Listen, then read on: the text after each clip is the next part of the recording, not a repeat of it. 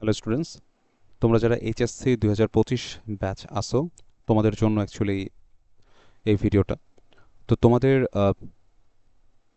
Physics exam আজকে 13 তারিখে শেষ হয়ে গেছে। তোমাদের নেক্সট এক্সাম হচ্ছে তোমার কেমিস্ট্রি ফার্স্ট পেপার, যেটা অ্যাকচুয়ালি একটু লং টাইম ডিউরেশন পরে আর কি। তো তোমার কেমিস্ট্রি ফার্স্ট পেপার এক্সামটা 20 তারিখে।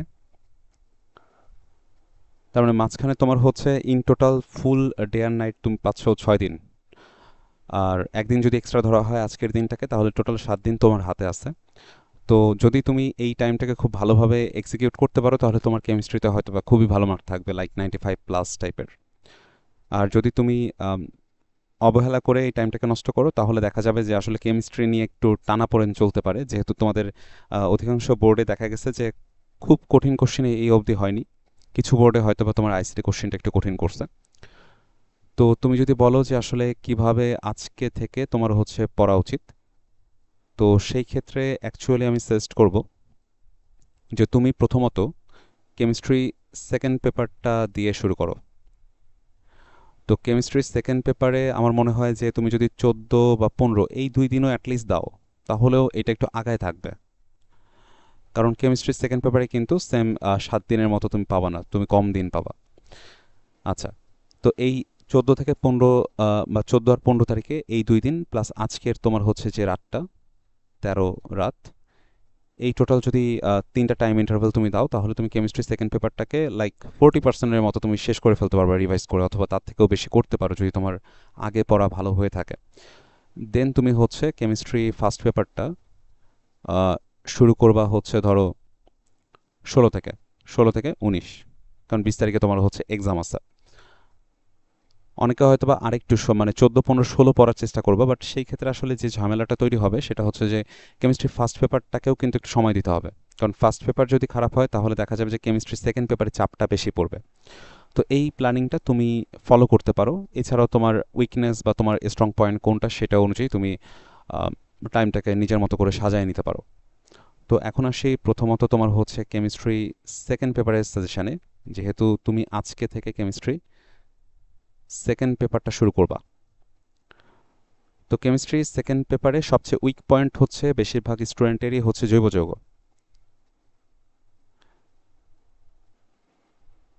তো এই জন্য অনেকে তোমার হচ্ছে এই পরিবেশ রসায়নটাকে বেশি গুরুত্ব দেয়।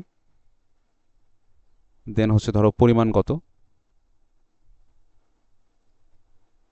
আর লাস্ট পয়েন্ট তোমার হচ্ছে তড়িৎ রসায়ন। তো এই 3টা চ্যাপ্টার পড়ে গিয়ে তোমার হচ্ছে 5টা কোশ্চিন এক্সপেক্ট করাটা একটু কঠিন হয়ে যায়। কারণ ধরো যদি কোনো একটা কোশ্চিনের ক খ অথবা ধরো গ ঘয়ে একটু সমস্যা হয়ে যায়, তাহলে সেই ক্ষেত্রে কিন্তু তোমার সেকেন্ড পেপার অনেকটা রিস্কে পড়ে যাবে। যেহেতু এই 3টা চ্যাপ্টার থেকে অ্যাকচুয়ালি 5টা বা 6টা কোশ্চেনও আসা পসিবল, বাট সবগুলো কোশ্চেনের উত্তরই যদি তোমার জানা থাকবে, এটা আসলে কঠিন বলাটা। তো তুমি যেহেতু বেশিরভাগ স্টুডেন্টই তোমার দেখা যায় যে পরিবেশ রসায়ন, পরিমাণগত এবং তড়িৎ রসায়নের উপরে বেস করে তোমার হচ্ছে প্রিপারেশন নেবে। তো পরিবেশ রসায়নে তুমি কোন টপিকগুলো সবচেয়ে বেশি জোর দিয়ে এই কয়দিন দেখবা?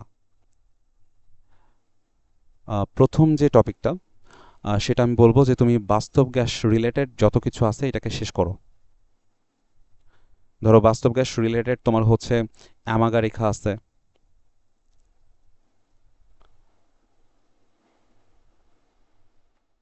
এরপরে তোমার হচ্ছে ভ্যান্ডারওয়ালসের ইকুয়েশনটা আছে, এই ইকুয়েশনটা দেখবা। আহ, এই দুটোই মূলত মূলত এই দুটো থেকে কোশ্চিন আসার পসিবিলিটি বেশি। দেন বিচ্যুতিটাও, মানে এটা অ্যামাগা রেখার আন্ডারই পড়ে, যে বিচ্যুতি কার্ভে যে তোমার হচ্ছে বিচ্যুতিটা হয় কেন হয়, তুমি কিভাবে বুঝবা যে এটা বাস্তব গ্যাস নাকি তোমার হচ্ছে এটা আদর্শ গ্যাস, যেটা তুমি সংকোচনশীলতার গুণাঙ্ক দিয়ে পড়ছো। দ্বিতীয় যে টপিকটা, সেটা তুমি ফোকাস করবা হচ্ছে আংশিক চাপে। ডাল্টনের আংশিক চাপের যে সূত্রটা আছে, সেই সূত্রটাতে বেশি ফোকাস করবা। সঙ্গে তোমার হচ্ছে ব্যাপন, দুটা সমসাময়িক, মানে দুটা প্রায় একই টাইপেরই জিনিসপত্র। মানে একই ধরনের দেখা যায় যে তোমার হচ্ছে গতে ব্যাপন দিচ্ছে, ঘতে তোমার হচ্ছে আংশিক চাপ দিয়ে রাখছে। দুইটাকে কম্বাইন করেও কোশ্চেন হতে পারে, এই জন্য পড়লে এই দুটো একসঙ্গেই পড়বা। আহ, তৃতীয়ত তোমার একটা কোশ্চেন, এটা অ্যাকচুয়ালি তোমার হচ্ছে সিলিন্ডার ভর্তিকরণের যে প্রসেসটা, এটা অবশ্যই বই অথবা তুমি হচ্ছে তোমার যে বোর্ড কোশ্চেন পড়বা সেখান থেকে তুমি হচ্ছে পড়ে নিবা যে সিলিন্ডার ভর্তিকরণের প্রসেসটা কি। সেখানে কিন্তু সংকট তাপমাত্রার একটা ব্যাপার আছে, এই বিষয়টা একটু ক্লিয়ারলি পড়বা। কারণ এখান থেকে তোমার দেখা যাইতে পারে যে এরকম কোশ্চেন আসলো যে এলপিজি গ্যাসে কেন তোমার হচ্ছে বিউটেন আর প্রোপেনটাকে ব্যবহার করা হচ্ছে, কেন কেন হচ্ছে আমার মিথেন বা ইথেনটাকে আমি ব্যবহার করতেছি না, অথবা কোনটাকে তোমার হচ্ছে সহজে সিলিন্ডারে ভর্তিকরণ করা যাবে বা কেন যাবে, এই বিষয়টা একটু চিন্তা করে দেখবা। চতুর্থত, এই চ্যাপ্টারের একটা টপিক হচ্ছে তোমার অ্যাসিড ক্ষার তত্ত্ব, যেটা অ্যাসিড ক্ষার তত্ত্বটা খুব ডিপলি না পড়লেও কিছুটা পড়ে রাখাটা দরকার। কোন তত্ত্বটা বেটার বা কোন তত্ত্বটা তোমার হচ্ছে দুর্বলতা বেশি আছে, সীমাবদ্ধতা বেশি আছে, এবং কোনটা সুপিরিয়র, এই বিষয়টা একটু খেয়াল রাখবা। পঞ্চম টপিকটা হচ্ছে তোমার আদর্শ গ্যাসের ইকুয়েশন। তো আদর্শ গ্যাসের ইকুয়েশনের মধ্যে তোমার বয়েল চার্লসের সূত্র পড়ে যাবে, লুসাকের চাপের সূত্র পড়ে যাবে। এই সকল সূত্র আঙ্গিকে যে ম্যাথগুলো আসছে সেই ম্যাথগুলো তুমি দেখবা। এখন তুমি ফুল যে জিনিসগুলো, যে টপিকগুলো দেওয়া হয়েছে, এখানে আসলে অনেক বেশি টপিক দেওয়া হয়েছে একটাই কারণে, যে সকল বোর্ডের জন্য। এটা শুধুমাত্র তোমার হচ্ছে ঢাকা বোর্ড বা কুমিল্লা বোর্ড বা দিনাজপুর বোর্ডের জন্য না। তো তুমি যদি তোমার কোশ্চেন ব্যাংকটাকে একটু অ্যানালাইসিস করো, এই টপিকগুলোর মধ্যেই তুমি সিলেক্ট করতে পারবে যে কোন টপিকে তোমার পড়া উচিত। বাট এই পাঁচটা টপিকে যদি তোমার খুব ক্লিয়ারলি পড়া থাকে, তাহলে তোমার যেই বোর্ডই হোক তোমার অসুবিধা হওয়ার কথা না। এখান থেকে মোস্ট প্রবাবলি তুমি দুইটা অথবা দেড়টা কোশ্চেন পর্যন্ত অ্যান্সার করতে পারবা, এবং ফুল জিনিসটা তুমি পড়বা হচ্ছে বোর্ড থেকে। এবং বোর্ডের তুমি এমসিকিউ সিকিউ দুইটাই কাভার করবা। এরপরে যেই চ্যাপ্টারটা, সেটা হচ্ছে পরিমাণগত রসায়ন। পরিমাণগত রসায়ন। তো পরিমাণগত রসায়নে তুমি সর্বপ্রথম যে জিনিসটা জোর দিবা সেটা হচ্ছে জারণ বিজারণ। জারণ বিজারণের যে বইয়ের রিয়াকশনগুলো আছে, বিশেষ করে তোমার হচ্ছে কেমেনো 4 এবং K2Cr2O7 দিয়ে যে রিয়াকশনগুলো আছে, এই প্রত্যেকটা রিয়াকশনের তোমার হচ্ছে ইলেকট্রন মেথডে যে তোমার হচ্ছে সমতা করা হয় ইলেকট্রন আদান প্রদানের, এবং তোমার হচ্ছে এর রিলেটেড ম্যাথ, এবং বিশেষ করে তুমি হচ্ছে দিনাজপুর বোর্ড 2017-তে একটা প্রশ্ন আসছিল, সেই প্রশ্নটা একটু সলভ করবা। মানে যদি ক্রিটিক্যাল দেয় তাহলে এই কোশ্চেনটা দিতে পারে। দ্বিতীয়ত, তোমার জারণ বিজারণের পরে তুমি যে জিনিসটাতে জোর দিবা সেটা হচ্ছে অ্যাসিড ক্ষারের যে ম্যাথগুলো আছে, মিশ্রণটা কিরূপ হবে। অ্যাসিড ক্ষারের ম্যাথ, এবং এখানে তোমার হচ্ছে পিএইচ কিছুটা রিলেট করা যায়, তো পিএইচটাকে একটু খেয়াল রাখবা। মানে একটা ফুল ম্যাথ করবা যে ধরো দুই ধরনের একটা অ্যাসিড এবং একটা ক্ষার আছে, তো দুইটাকে মিক্স আপ করলে তোমার হচ্ছে অ্যাকচুয়ালি মিশ্রণটা কিরূপ হবে, মিশ্রণের ঘনমাত্রা কিরূপ হবে, এবং মিশ্রণের পিএইচ কিরূপ হবে। এর সাথে সম্ভব হলে একটু টাইট্রেশনটা দেখিও। তো টাইট্রেশনে তুমি হচ্ছে টাইটার কি, টাইট্রান্ট বা টাইট্রেন্ট, এই বিষয়গুলো তোমার হচ্ছে একটু দেখে রাখবা। সঙ্গে তোমার হচ্ছে যে নির্দেশক আছে, এই দুইটা পার্ট এমসিকিউতে বেশি কাজে দিবে, এই টাইট্রেশন এবং নির্দেশক। তো এই দুইটা হচ্ছে এখানকার সবচেয়ে বেশি গুরুত্বপূর্ণ। আরেকটা টপিক আছে, বাট ওইটা আমি খুব একটা সাজেস্ট করব না, তুমি আপাতত এই দুটো টপিকে বেশি জোর দিবা। দেন তড়িৎ রসায়ন। তড়িৎ রসায়ন থেকে সিকিউতে, মানে 2025 ব্যাচের জন্য নাম্বার তোলাটা হবে সবচেয়ে সহজ। তুমি প্রথমত তোমার নার্নেস্টের ইকুয়েশন রিলেটেড ম্যাথগুলো করে ফেলবা,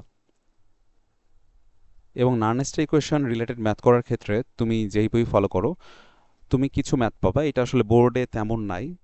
কোশ্চিন যদি কঠিন করে তাহলে এরকম প্রশ্ন হইতে পারে, সেটা হচ্ছে হাইড্রোজেন গ্যাস উৎপন্ন হয়েছে অথবা চাপের প্রভাব আছে, এই রিলেটেড কয়েকটা ম্যাথ বই দেওয়া আছে, যেটা ক্যাডমিয়ামের সাথে তুমি দেখবা আছে। তো ওই রিলেটেড ম্যাথ তুমি এক্সট্রাভাবে বই থেকে করবা, এই জিনিসটা বই থেকে করবা। আর বাকি কোশ্চেনগুলো এখান থেকে তুমি হচ্ছে বোর্ড থেকে সলভ করবা। দ্বিতীয়ত, কোষ বিভব।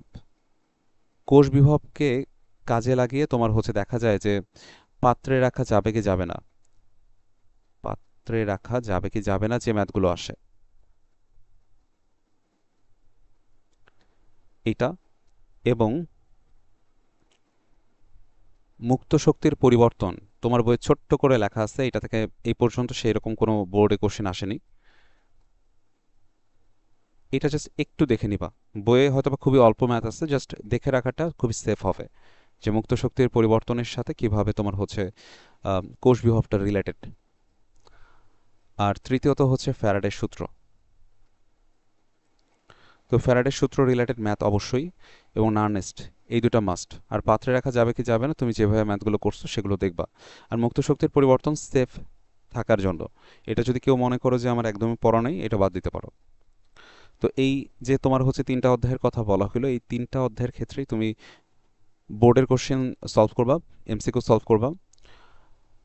আর যেখানে হচ্ছে বই লিখে দেওয়া হয়েছে, যেমন ধরো চাপের প্রভাব আছে, এটা বই থেকে, কারণ এটা আসলে বোর্ডের কোশ্চেনে পাবা না, এটা দেখে রাখাটা ভালো হবে। এখন আসো লাস্ট যে চ্যাপ্টারটা, যেটা আসলে সবচেয়ে বড়, যেটা হচ্ছে জৈব রসায়ন। তো জৈব রসায়নে তুমি অ্যাকচুয়ালি যদি মনে করো যে একটা কোশ্চেন তুমি কমন পাইতে চাও, একটা কোশ্চেন, তাহলে তুমি এর জন্য যেটা করতে পারো, তুমি এই টপিকগুলো দেখে নিতে পারো। মার্কোনিকভ,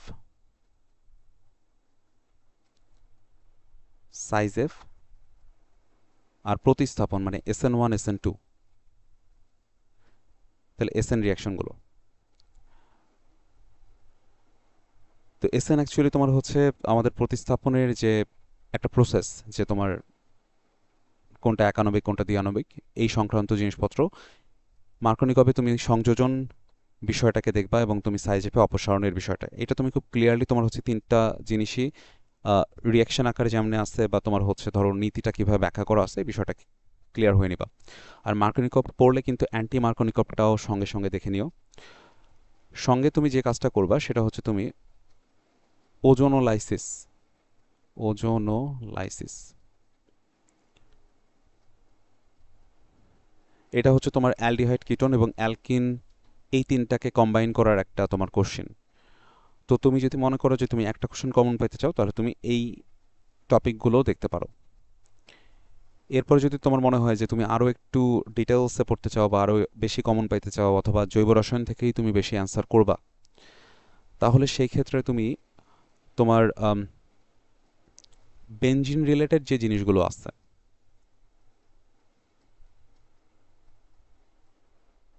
এখানে এক্স্যাক্টলি তোমার হচ্ছে সকল প্রশ্ন বলা সম্ভব না।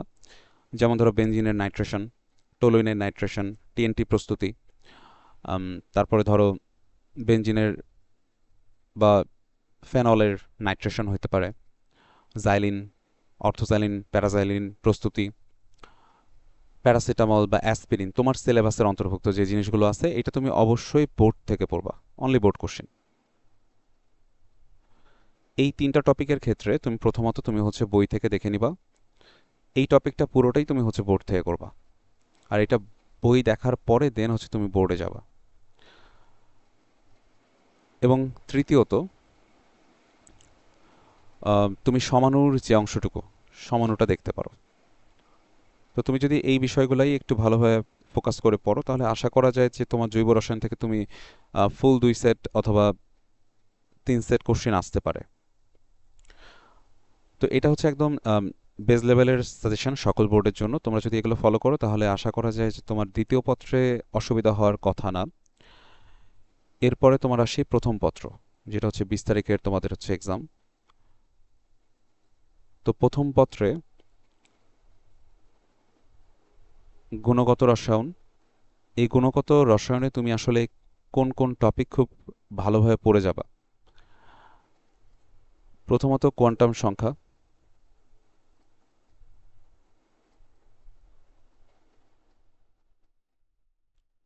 দ্বিতীয়ত তোমার হচ্ছে বর্ণালী, যেটা হচ্ছে আমরা বলি বর্ণালী সিরিজ, লাইম্যান, বামার, প্যাশ্চেন, এই বিষয়টা। তৃতীয়ত দ্রাব্যতা, এই দ্রাব্যতা পড়ার ক্ষেত্রে তোমাকে 3 ধাঁচের প্রশ্ন পড়তে হবে। প্রথমত দ্রাব্যতা, দ্রাব্যতা গুণফল যেটা, দ্বিতীয়ত আয়নিক গুণফল, এবং তৃতীয়ত সময়ায়ন প্রভাব। এই তিনটাই তুমি হচ্ছে কাভার করবা, কারণ দ্রাব্যতা থেকে কোশ্চিন একটা আসবেই। আর চতুর্থত সেফ থাকার জন্য আম, তুমি একটু ব্যাসার্ধ, তারপরে তোমার হচ্ছে এনার্জি আর বেগ, এই সংক্রান্ত যে তোমার হচ্ছে ম্যাথগুলো আছে এটা একটু দেখে যাইতে পারো। এর সঙ্গে তুমি তোমার যে আয়ন শনাক্তকরণ এটা তুমি একটু দেখে যেতে পারো। এবং আয়ন শনাক্তকরণের ক্ষেত্রে তুমি যদি মনে করো যে আমি আয়ন শনাক্তকরণ একদমই পড়িনি, তাহলে সেই ক্ষেত্রে আমি সাজেস্ট করবো অ্যালুমিনিয়ামটা অ্যাটলিস্ট দেখিও, সোডিয়ামটা দেখিও, দেন তোমার আয়রন 2+ আর আয়রন 3+, একটা করে রিয়াকশন অ্যাটলিস্ট প্র্যাকটিস করে যাও। এরপরে তৃতীয় অধ্যায়। তো তৃতীয় অধ্যায় থেকে প্রথমত তুমি যে প্রশ্নটা দেখবা সেটা হচ্ছে সংকরণ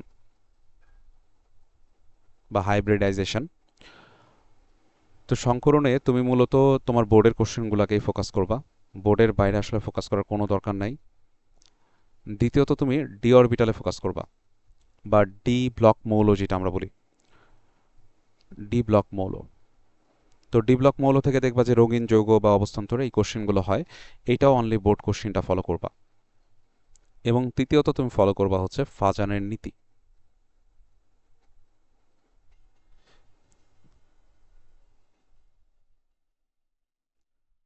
তো এই তিনটা টপিকই তোমার হচ্ছে তৃতীয় অধ্যায় থেকে।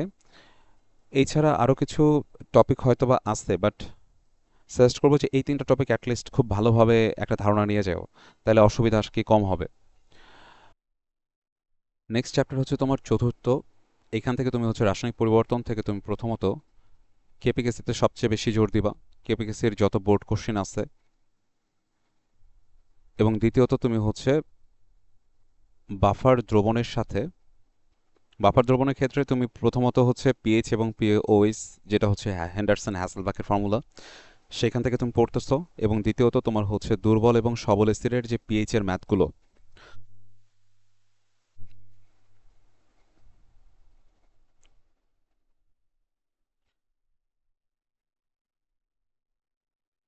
তো এখানে পিএইচ এর ম্যাথগুলোকে খুব ভালোভাবে শেষ করবা। তো এই দুটো টপিকই খুব ভালোভাবে করে যাবা চতুর্থ চ্যাপ্টার থেকে। আশা করা যায় এখান থেকে দুইটি আসতে পারে, অথবা একটা তো আসবে মোটামুটি শিওর। তো এই দুইটা ক্ষেত্রেই তুমি হচ্ছে বোর্ডের কোশ্চেন ফলো করবা জাস্ট। আর বোর্ডের কোশ্চেন যদি ফলো করো সেক্ষেত্রে কিন্তু সকল বোর্ড, মানে এমন না যে তোমার যে বোর্ড তুমি সেই বোর্ডই শুধু করবা। আর তোমাদের যে লাস্ট চ্যাপ্টারটা যেটাকে তোমরা অনেক কম করো, কিন্তু এটা আসলে খুব সহজভাবে মার্ক পাওয়ার জন্য জায়গা, সেটা হচ্ছে কর্মমুখী রসায়ন। তো কর্মমুখী রসায়ন থেকে তুমি স্পেসিফিক কয়েকটা কোশ্চেন সলভ করে যাবা। প্রথমত ভিনেগার প্রস্তুতিটা, ভিনেগার প্রস্তুতি, এটা ওই তিনটা রিয়াকশন দেয়া আছে, খুবই সুন্দর করে তোমার হচ্ছে রিয়াকশনের তাপমাত্রা, রিয়াকশনে কোন ধরনের এনজাইম ইউজ হয় সেটা, দেন ভিনেগার কিভাবে কাজ করে।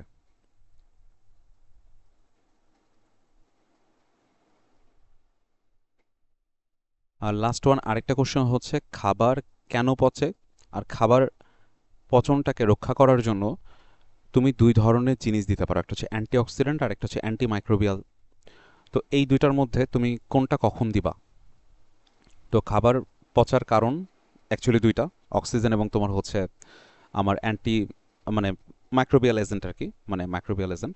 তো এই দুইটাকে রোধ করার জন্য অ্যান্টিঅক্সিডেন্ট আর তুমি অ্যান্টিমাইক্রোবিয়াল এজেন্ট দাও আর কি। তো এখন কোনটা কখন দিবা এই বিষয়টা একটু দেখবার কি, এই তিনটা কোশ্চেন দেখলে আশা করা যায় এইটা আর এইটা মিলে একটা ফুল সেট হয়ে যাবে। তো এই হচ্ছে তোমার ওভারঅল রসায়নের প্রিপারেশন গাইডলাইন প্লাস সাজেশন। যদি একটু সিরিয়াস থাকো আশা করি রসায়নে প্লাস কারোরই মিস হবে না।